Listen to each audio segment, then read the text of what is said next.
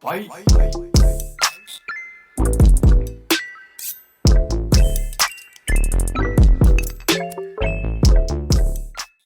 Welcome back to the Two Pointers Podcast. I'm Trevor Everett, flying solo today on this one. Just wanted to give you a few updates just to the channel, to the podcast, just in general, some really cool things coming up for me and the brand, and some things that I'm working on with some great people.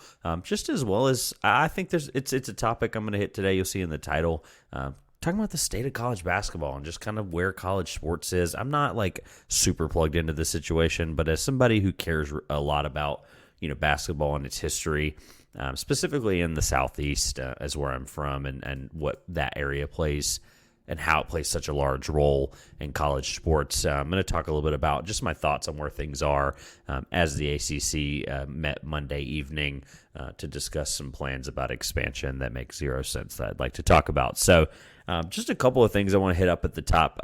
Getting back into these solo pods again as the year starts. A lot of really great work coming from my buddies over at ECB. Everything College Basketball. The pre-order magazine is officially live.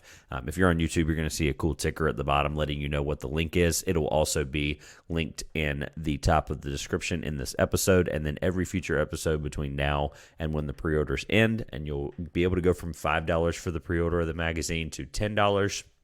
I haven't really officially sat down on this show and kind of talked a little bit about what that means and what the magazine looks like. Just to give you an idea, there's 362. Sorry, Phil. Phil originally on the cover put 359, and Twitter went wild, or X went wild. But 362 college basketball programs this year. There's 4 of us covering it at Everything College Basketball. Josh Burton, Peyton Burton, Phil Dexter, and myself, all part of the ECB crew, and we are going to be putting together a magazine with some really awesome features. I'm looking forward to sharing that with you guys. Screen the Screener's got a feature in there. Trilly Donovan and Curry Hicks Sage, 2 of the best insiders that are very private for what it's worth, but just really, really great interviews with those 2 guys. That'll be coming in the magazine as well. Team rankings, conference rankings, top 50 players rankings, preseason top 25. All of this stuff is going into it. We put a lot of time into this magazine. For those that have been around college basketball a long time, you might be familiar with the Almanac or other similar formats. This isn't a 600,000 word piece that we're putting together, but just, this is something that's been a passion project of Phil's the last 2 years, and we really, are excited to bring this to the forefront. Each of us got split up into some conferences, so I'll be covering the ACC, the Mountain West, the Big South, the Colonial, which is now considered the Coastal, I think. I think I'm covering also the MEAC and some others as well for your smaller schools out there. And the SoCon, I know for a fact I don't have them in front of me right now.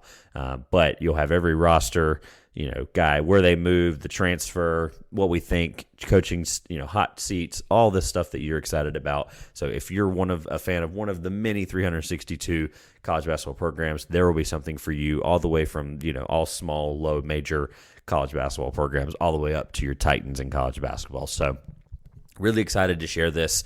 This is going to be something, because of just the amount of dedication and time. Unfortunately, I'd love for this to be free, but we really would appreciate the support. It's going to be $5 up until, I believe, the 2 weeks or a week before the magazine comes out on October 11th. That is the key date that you want to write down or put in your calendar. October 11th is when this magazine officially goes live. You will be getting it emailed to you that morning. You'll be able to read up on everything college basketball related before the season kicks off about a month later. So very, very excited. Again, haven't spent any time really in detail. I've mentioned it. I've plugged it, talked about it on Trivia Showdown a few times. Speaking of Trivia Showdown, if you guys enjoyed that, feel free to please let me know in the comments below. Looking forward to doing some more. May even do some mid-season this year just to see. But obviously the content cycle for basketball continues on and on. It will continue as fast as possible. So a lot to cover with the NBA and college basketball this year. I'm super excited. Over the next couple of weeks, that is going to be my focus. So these solo pods may be few and far in between. Want to get this magazine out for you guys. Want this to be a really great product. And again, the pre-order does end a few weeks before, so you want to get that pre-order in now. It's ecbmagazine.bigcartel.com.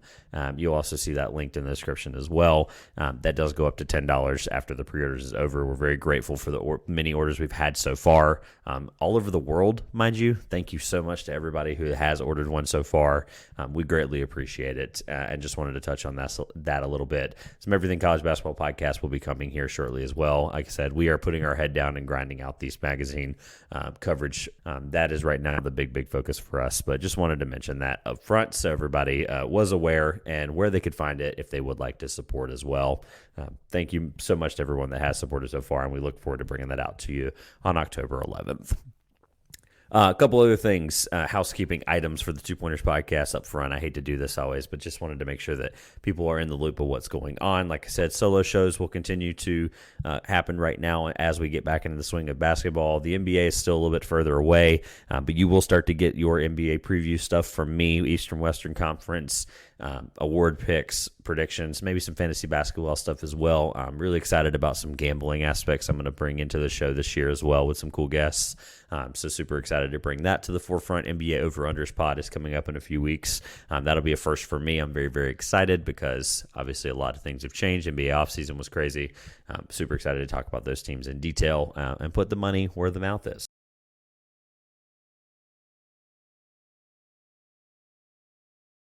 Otherwise, I appreciate all the support over the Trivia Showdown series in the summer. Do not forget that Two Pointers is sponsored by SeatGeek. SeatGeek is the presenting sponsor for the Two Pointers podcast. SeatGeek is the only ticketing app that you're able to get a deal score to be able to understand what you're getting for the value based on price, availability, view of your seat, things like that. And you'll be able to get a deal score from 1 to 10, as well as a scale from red, yellow, and green, getting a better understanding of how much value you're getting from that ticket. I had a friend earlier this year use this code. We were super happy to hear that there was a $22 Major League Baseball game in his city.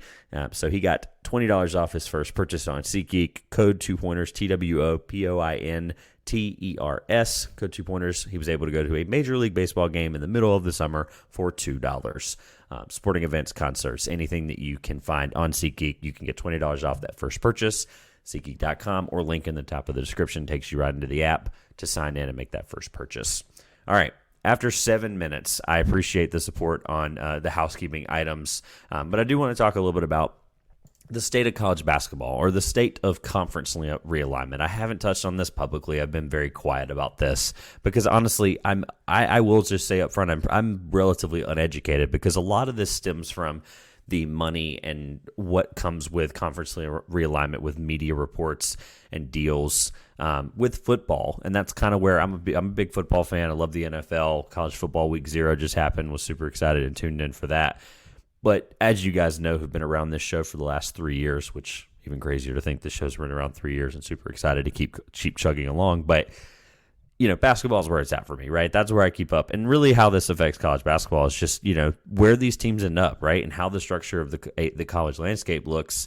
We want to know, what we're going to get as college basketball fans when these schools, in the ACC's case, as I'm bringing this up today, that's kind of where the recent report stemmed from for me. But trying to talk about the fact that the ACC, the Atlantic Coast Conference, for those that may be geographically unaware, the Atlantic Coast is on the east side of the United States on the Atlantic Ocean.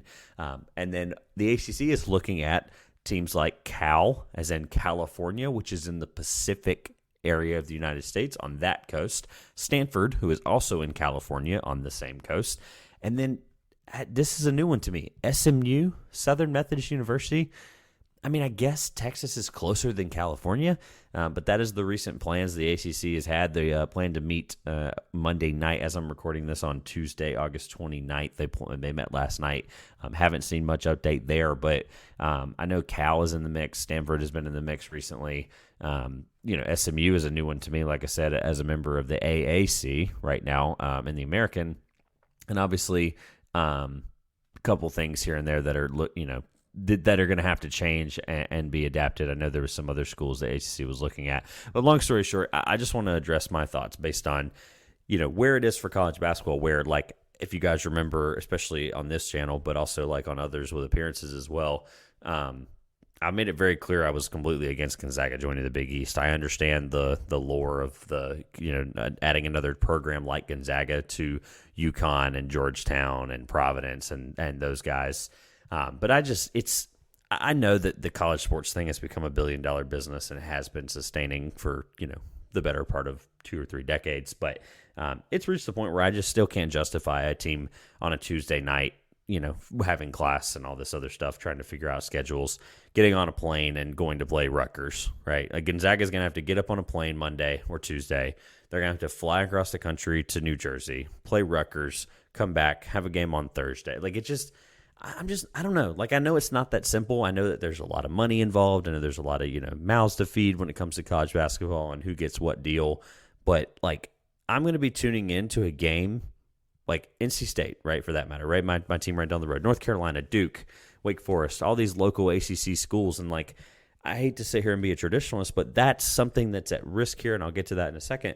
But, like, I'm going to have to be watching these schools on a weeknight, and if it's a home game for NC State, it'd be, or Duke or Carolina or any of these teams on the East Coast, it's 7 p.m. tip typically.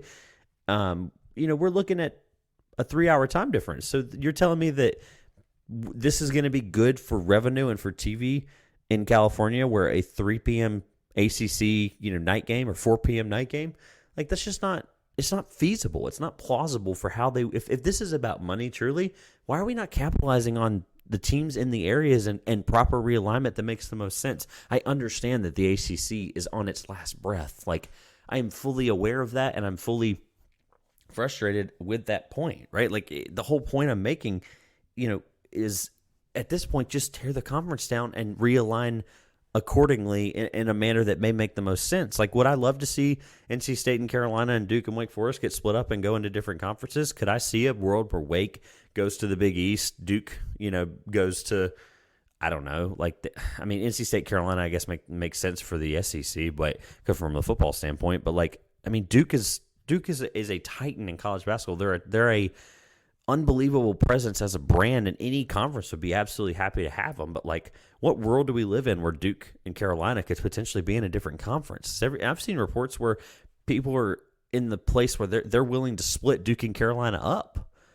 Like, it doesn't make any sense. As a traditionalist, as somebody who's experienced Tobacco Road and some of the greatest rivalries and some of the greatest value that the area that I'm in offers to the sport of basketball, from a historical standpoint, right? Going back to my state ranking series I did on house-enterprise.com, talking about that North Carolina was the second, best basketball rated state, in my opinion, right? Biased or unbiased, right? The impact of college basketball with Dean Smith, in the four corners offense and the shot clock and how it evolved into college basketball with Jim Valvano and Mike Krzyzewski and what he's brought to the change in college basketball, with the way we look at players and the way we bring them in and potentially how we pay them, right? Like, this is something that is at the forefront, right? If we're talking about money as the forefront of all of this, North Carolina and the state of North Carolina and its programs that would essentially be part of this ACC shuffle. I know Clemson and Florida State are very, very big in this and have a large hand in this part due to football realignment, of course.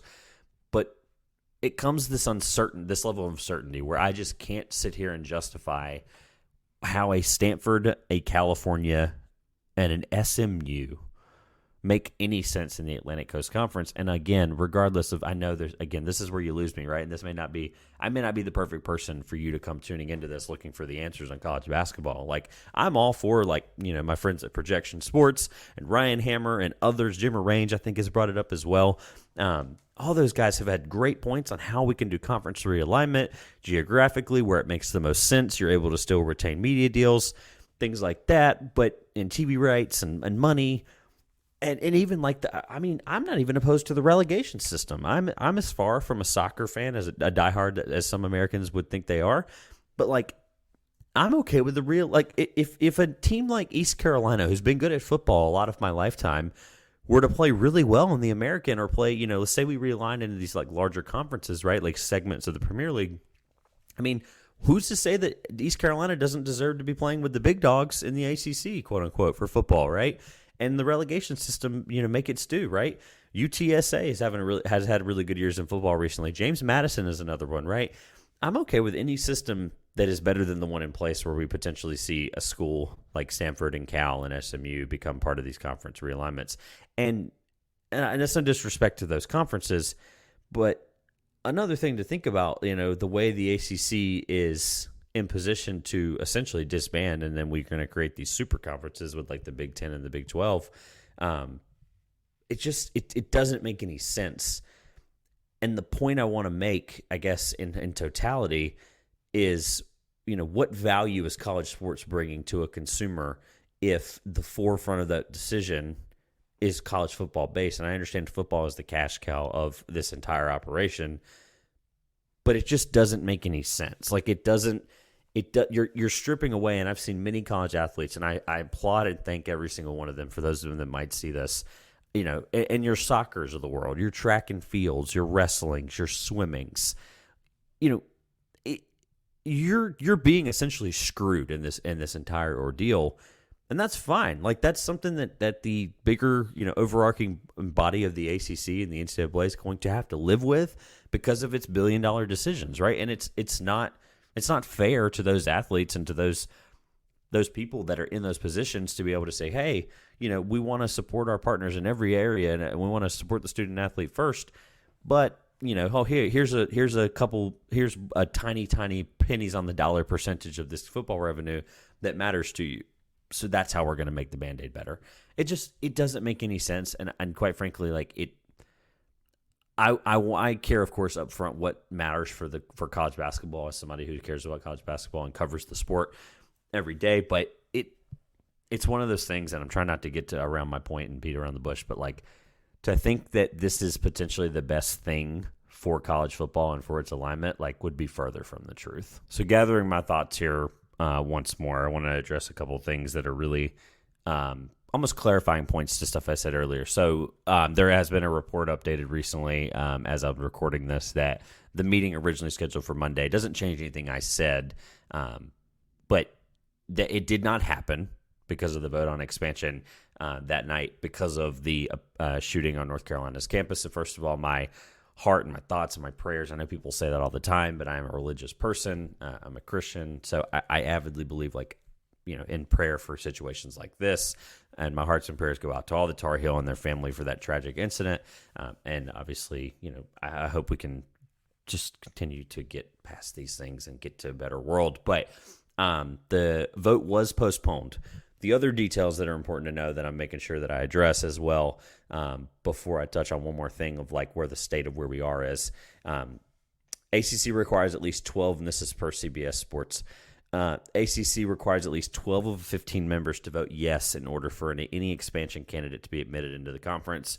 Yahoo Sports previously reported that only 4 league members, Florida State, Clemson, UNC, and NC State, an interesting cluster of 4, I might add, were against expansion, meaning that only one school's vote would need to be flipped in order for expansion to receive the green light. And there's a lot of incentive here.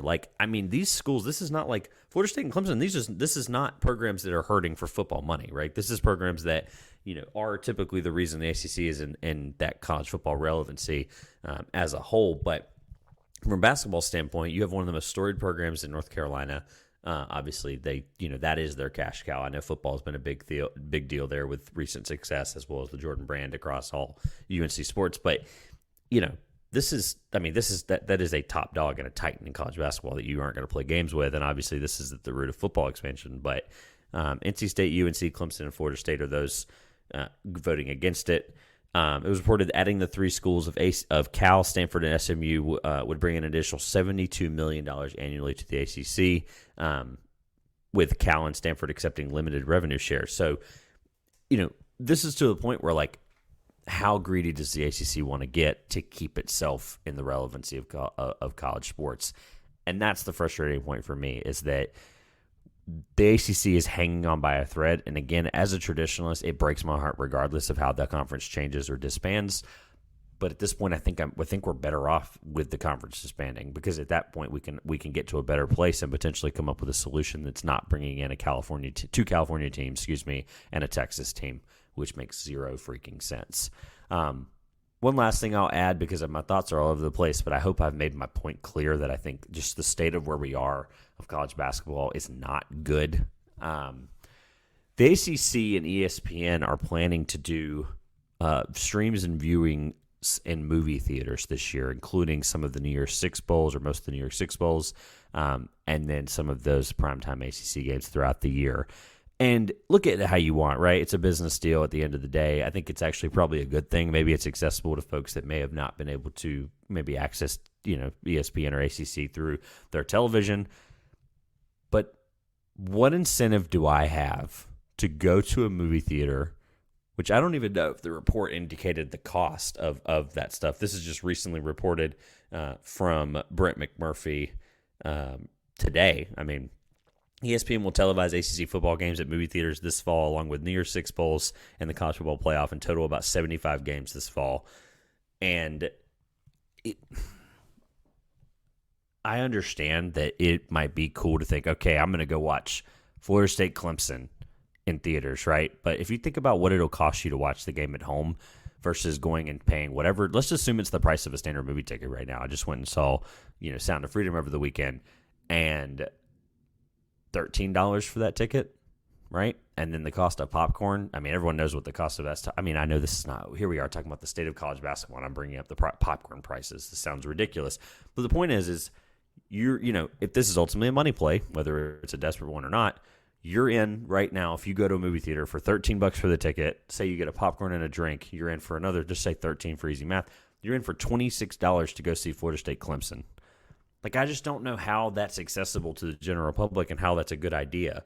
And at the end of the day, like, I'm not the one that's going to be rushing out to the theater to go watch it. I'm very comfortable in my own home being able to do that. That's $26 you can put towards going to a game somewhere, right? For crying out loud, right? Save that money and go to a basketball game of your school if you live near it, right? Like, I just don't understand where the movie theater idea is rooted from, why it's even a big deal. I know the Big Ten and the SEC, right now have the media rights the ACC is fighting for, and kind of understanding where the landscape of it's changed for those conferences. But, I mean, essentially the ACC is backed against the wall. Love it or hate it, college basketball is in a very, very dark and almost confusing place. And again, it kind of roots back to the college football landscape and how that changed in the last few years of where the power and where the money is.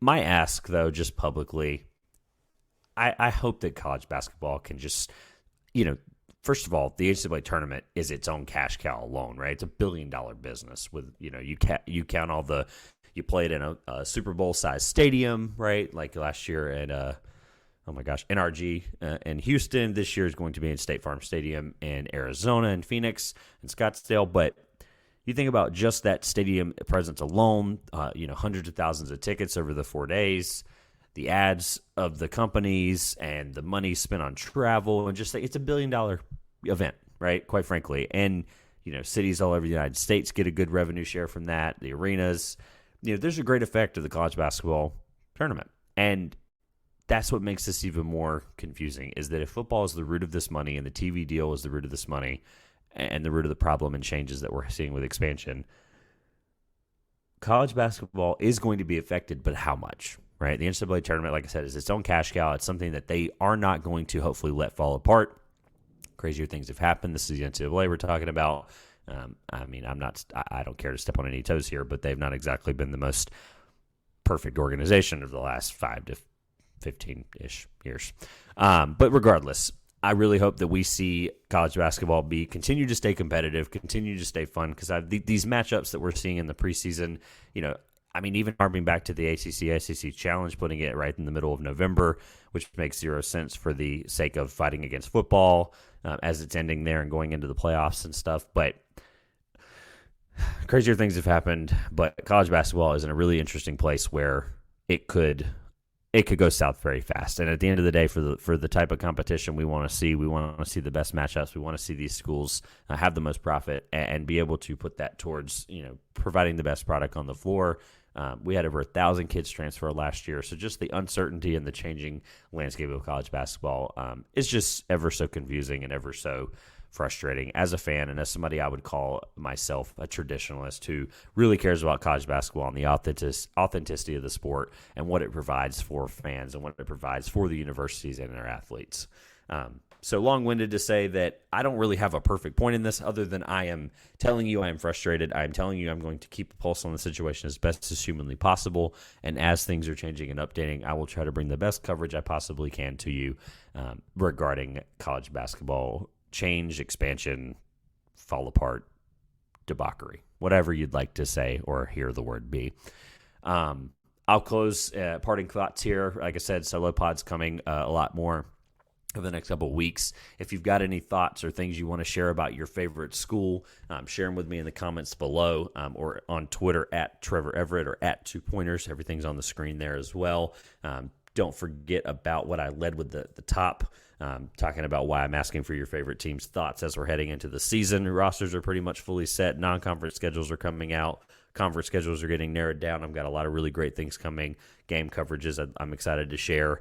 I'm living in a new area of college basketball near me, as well as just overall the magazine, what it's going to bring to hopefully you guys, the audience, as well as what it'll bring to college basketball and the media landscape. We're very, very excited about it. Again, some really awesome features from some really awesome people.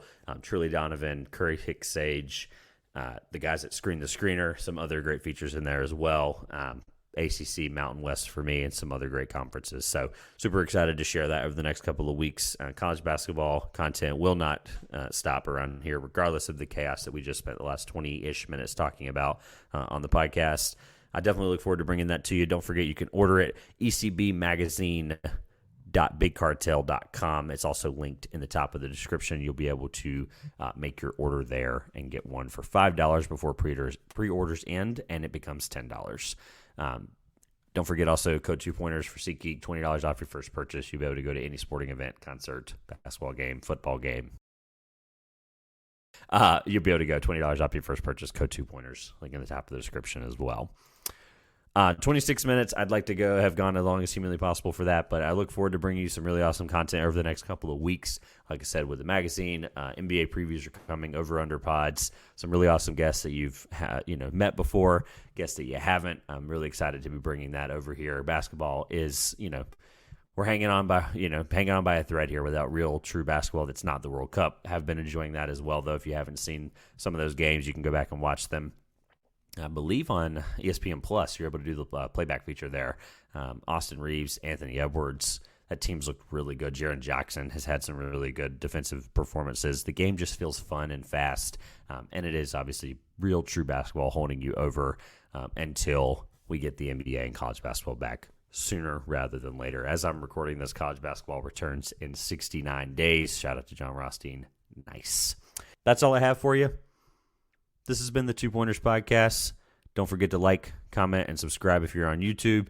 Give a 5-star rating and a review. This has been the 2Pointers Podcast. I'm Trevor Everett. Thank you for listening. Thank you for watching.